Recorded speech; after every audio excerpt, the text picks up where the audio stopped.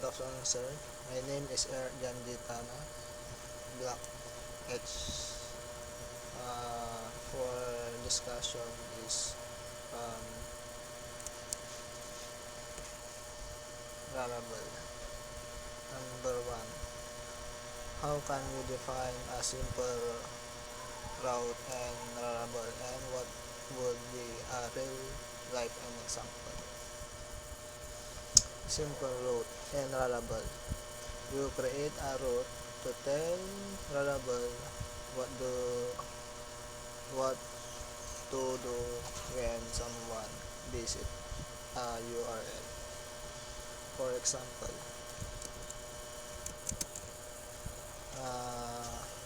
the route get hello and function is hello world, and when someone visit hello they say hello world this. And number 2, how do you name route word and variable, and how may you use them in a real world application? Name route. You give a name so you can easily create link or redirect without typing the URL every time. For example,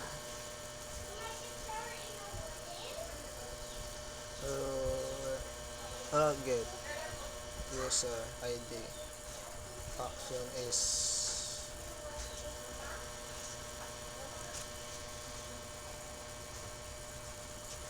use is the like this.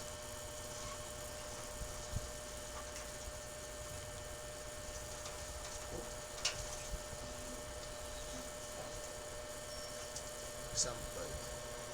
And number 3, what is the purpose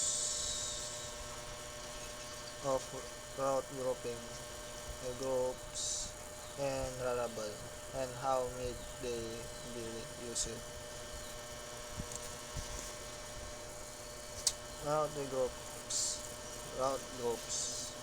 Your groups route that share something like a URL, prefix, or middleware to avoid repeating yourself. For example, admin group action and dashboard. Now the URL is admin dashboard and dashboard. Number 4, how does middleware work and Laravel? And can you provide a practical example? Middleware is like a gatekeeper that check requirements before you reach your apps. This example,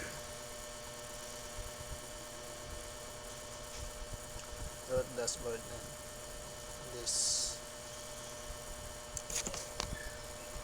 only login user can see the dashboard. And last, how can you handle form submission and SRF protection and Laravel? Form submissions and SRF. When you make a form, add CRF to protect against attack. This example, blade form method, double quote post. action, submit, and input name, and button submit.